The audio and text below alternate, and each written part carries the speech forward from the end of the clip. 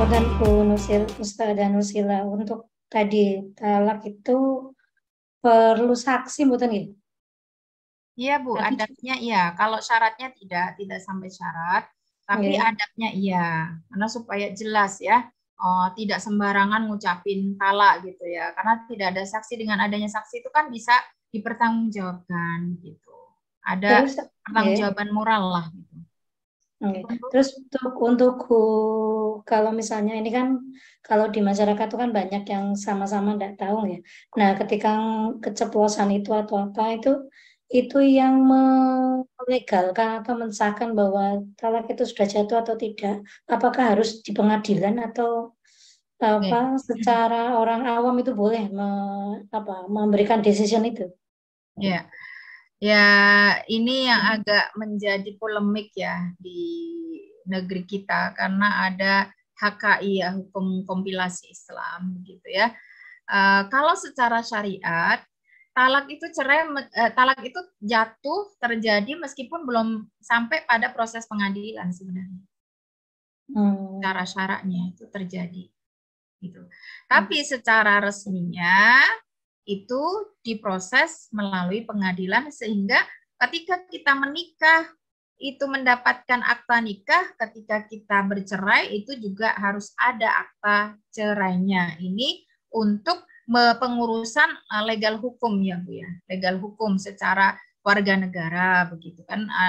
Nanti perceraian ini kan berimbas pada yang lain-lain ya, tentang kepemilikan harta dan sebagainya. Tapi kalau secara syarat tidak disyaratkan ke pengadilan gitu. Dari pengadilan Allah itu sudah jelas, kamu sudah diberikan panduannya ya, 1 kali, 2 kali, bagaimana dan sebagainya itu sudah ada secara syarat gitu ya. Tidak harus sampai ke pengadilan, tapi untuk urusan legalitas ya sampai pada ke pengadilan. Oke, oke.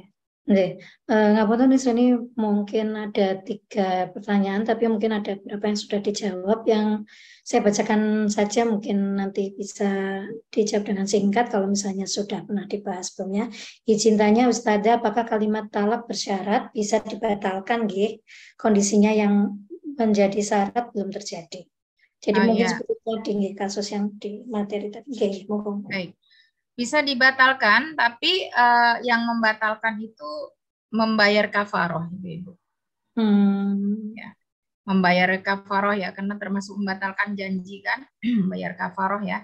Kafarohnya seperti kafaroh janji ya, memberikan makan 10 fakir miskin atau memberikan pakaian 10 fakir miskin atau puasa 3 hari. Itu ya. Kalau dengan syarat. Dan diharapkan ketika kita berjanji, ya ternyata janji kita itu buruk, itu dianjurkan untuk dibatalkan, tapi tetap pembatalannya menggunakan kafarah. Ya, ada dendanya. Ini memberikan pelajaran buat kita agar kita bertanggung jawab dengan ucapan kita dan tidak main-main. Oke. Untuk yang pertanyaan dari buku Sumandari tadi sepertinya sudah terjawab ya. Bagaimana yang bagi yang bekerja mungkin tadi apakah termasuk darurat dan tidak. Kalau darurat mungkin dibolehkan. Saya menapak ke pertanyaan Bu Sari lagi nih, kalau ada kondisi suami istri yang setiap bertengkar, istrinya mengucapkan kata seperti kita aja, jadi yang mengucapkan kata-katanya istrinya gini, dan suami mengiyakan, tapi mungkin tidak ada maksud dan tidak mengerti konsekuensinya. Apakah termasuk bercerai, Ustazah? Ya. Ya, ini kalau terjadi seperti itu, sebaiknya kalau memang mau benar-benar bercerai ya Bu ya, itu diminta suami untuk mengucapkan secara jelas dan ada saksinya. Itu terjadi ya. Kalau si istri sebenarnya si istri minta cerai gitu, kemudian si suami mengiyakan tapi tidak ada ucapan yang jelas dari suami tersebut, maka belum. Karena hak talak itu ada pada suami begitu ya. Nah, tapi kalau si suami menanggapinya, iya, saya ceraikan kamu sekarang juga, misalnya ya. Nah, itu berarti sudah jatuh cerai. Ini maka ini ya, tidak mengerti konsekuensinya gitu. Inilah pentingnya kita mempelajari ya, fikih itu bukan hanya batasannya dalam ibadah ya.